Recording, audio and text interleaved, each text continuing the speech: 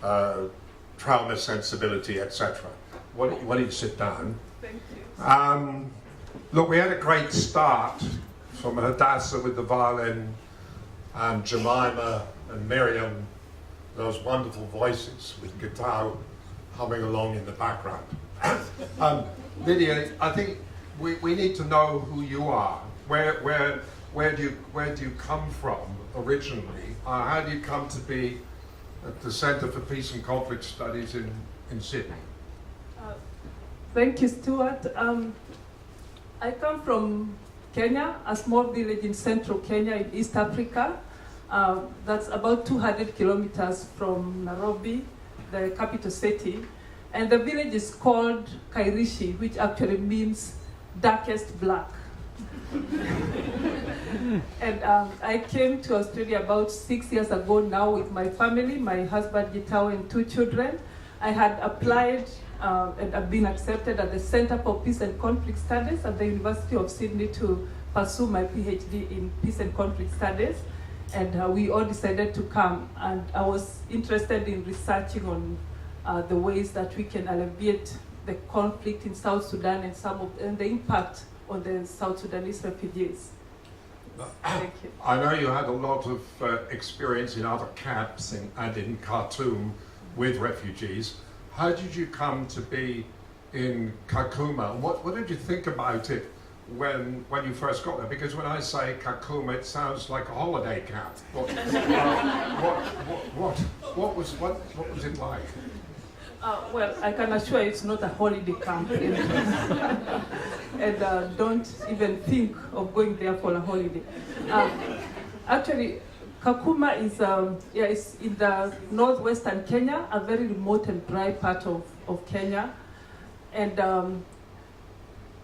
even I, coming from Kenya, when I went there, I was overwhelmed by just the sheer numbers and the massive need of the refugees there.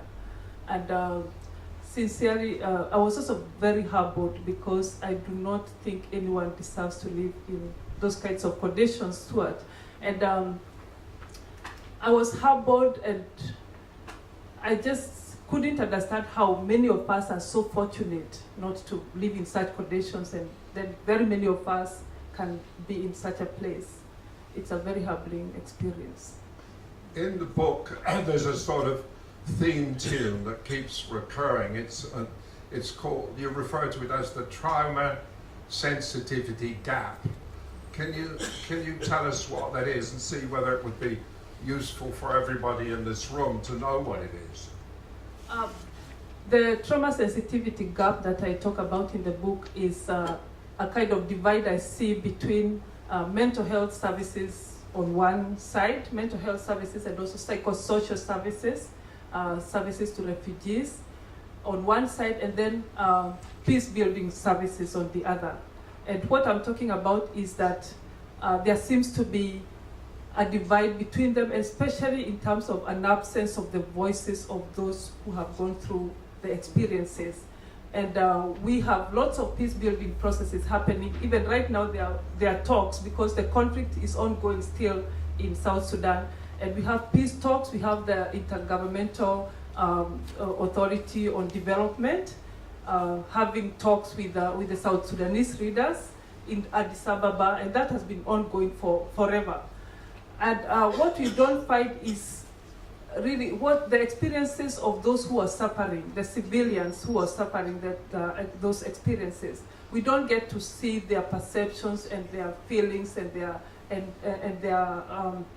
experiences represented in those talks, and we do not really get to know what is happening to them. Actually, some of them told me when I was in the camp, I remember Talia, for example, she had heard rumors that some big people, and she didn't even know who they were meeting in Addis Ababa to discuss peace processes, and she had no idea what that was. So the gap I see is especially in that absence of the perception of those who are suffering.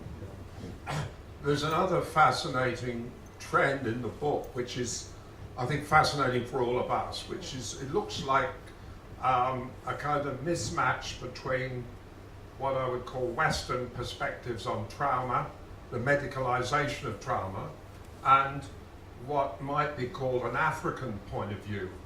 I've been warned that it may not, the clash may not be as great as it looked to me to be. Can you say something about that, and maybe even talk about what trauma means in your home language? Thank you, Stuart. I don't know whether I can call it a mismatch per se, but I think there is definitely an absence of, or rather a need to understand trauma in context for those who are really going through the experiences. And like I've said in the book, I couldn't think of a word for trauma in my mother tongue. And we have some members of my people from my home and my home place and from Kenya who speak my mother tongue, and I don't know whether they can say we have a word for trauma in our mother tongue. Susan, Frecia, Rhoda.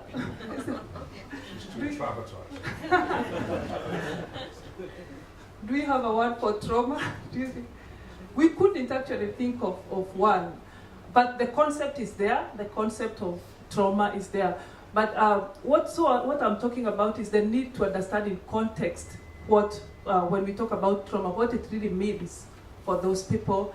And one of the things I know happens, and that's probably what you're alluding to, Stuart, is that people tend to move on even when they have had those kinds of experiences. It's one of the coping mechanisms, and it's like you don't really want to analyze so much and to try to understand what's happening. It's more the moving on is what is critical at that time, and that's what I saw in a lot of the people that I interviewed at Kakuma.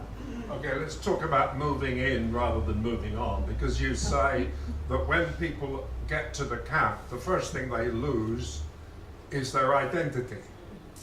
And I mean, if you look around this room here, I suppose the outward expression of identity would be whether your hair is short or curly, dark, grey, or whether you have any at all. Or in other words, what an American sociologist called the presentation of self in everyday life.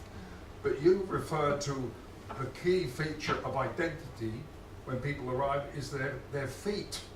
Can you tell us why that is? Yes, it was very interesting, Stuart, because yes, like you have said, traumatic events seem to destroy our sense of identity.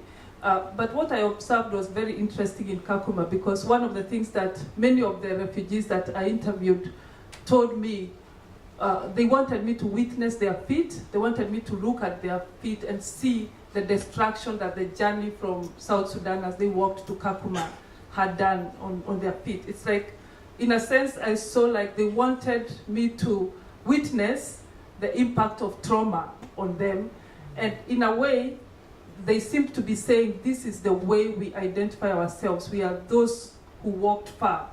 And some of them even showed me not only their feet, but also some of the saddles they had used and how they had been destroyed by the journey. So it looked like in the absence of something to grab on and to grasp as what identifies them or what they can define themselves as, they had their feet.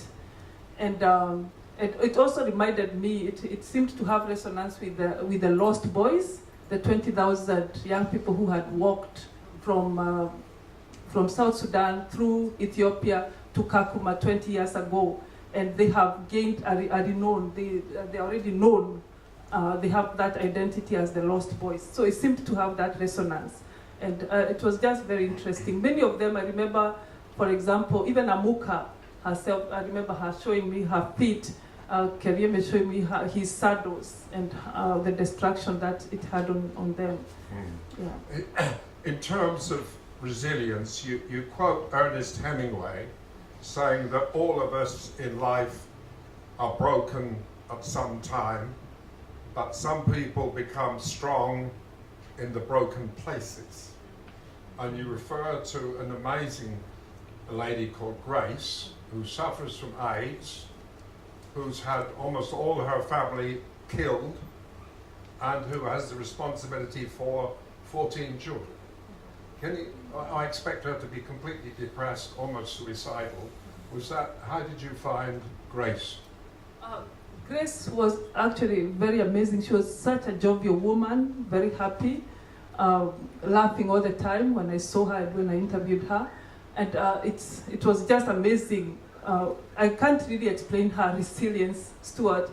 I'm still very challenged by Grace. And I can tell you for the truth, there isn't a single day I don't think about Grace and get challenged by her experience, truly. And she was just amazing in the attitude that she had taken, even amidst all that she was going through. And I'm saying I can't really explain it, but one thing that I remember she told me is that she is strong because they are together. She had these people around her, friends around her, even as I was interviewing her. And as she was taking care of the children and cooking, she had a group of friends who were with her. And she told me, they stay with me well. So she's strong because they are together. Now, Richard referred to the conundrums about peace. And there's a reference to, I think it's a book as saying, peace is you being there. And I mean, most people who've met Lydia would know that's far better than a bottle of aspirins if you're feeling low. But at that point, you seem to break all the rules of the Department of Ethics and Responsibility at Sydney University. And I'm thrilled to bits about that because luckily it never existed when I was there. Otherwise, nothing I wrote would ever be published. It was presided over by somebody who believed in corporal punishment, I think, if you were unethical. Actually, you seem to drift into being the social worker, caseworker, supporter, loving human being when you're supposed to be objective and a distant social scientist. I mean, the same dilemma faces journalists, I think, in the film. Why did you be so pleasant to people?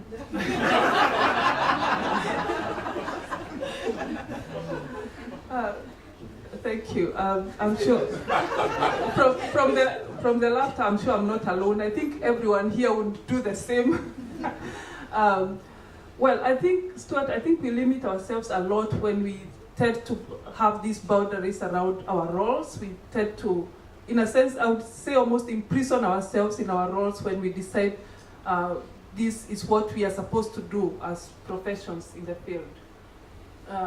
May it be clinicians or, in this case, social researchers or whatever role it is. And I think more harm is done, or rather less good is done when we imprison ourselves in that way. And I know there's the ethics and all that,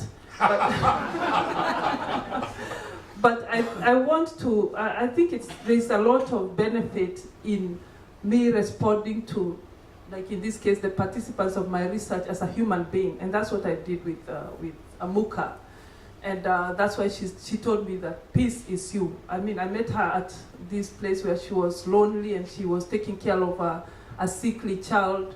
And the peace that she could see was really, really me being there, visiting her and interviewing her.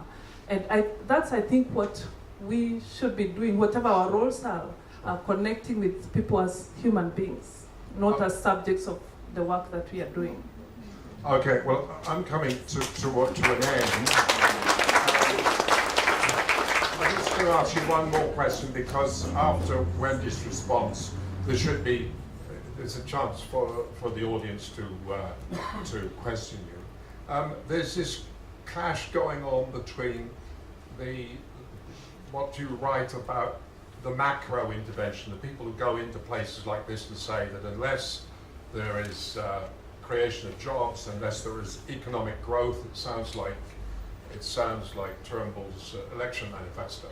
Unless there is affordable housing, etc. That sounds like the New South Wales political manifesto. You can't have peace. But on the other hand, the micro, if you like, the very personal chemistry that people like you generate, may flatter to deceive. It raises hopes and there's not much at the end of it. How do you deal with that dilemma in peace building? Okay.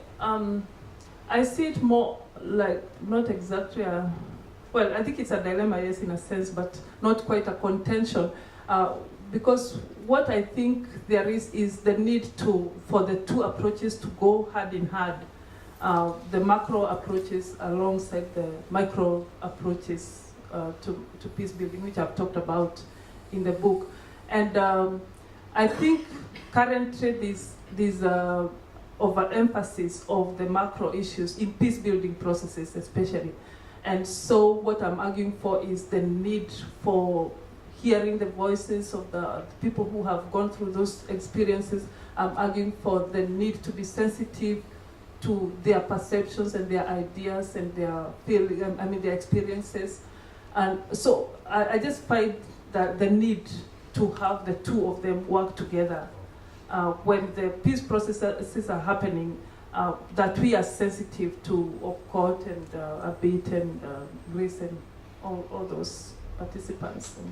Okay, one last question, and that's really about the implications of your book and your writing and your work for the South Sudanese people who are living in Australia, who've been recently demonized by Dutton and by Prime Minister Turnbull. What do you say about what do you bring back from Kakuma that has implications for the support and living conditions and aspirations of the South Sudanese here? I know there are some of them who are represented in this audience, and I hope they will have the opportunity to talk. One of the things I really hope is that we can get to hear what they have to say. And then I also think that these conversations need to continue with the refugees from South Sudan who are here, because one of the things I learned when I was there is that they call, Richard said that only about 5% end up going to third countries of resettlement, like coming to Australia. And in Kakuma, they call it going to heaven. They say going above, which is like going to heaven. And that's coming to Australia or Canada or the US or the Scandinavian countries or New Zealand. And I think one thing that they would agree with me when they come to Australia is they have discovered this is not heaven. And so I think those conversations about their experiences, their perceptions, their ideas, what is best for them need to continue. And I think that would inform even our services to them.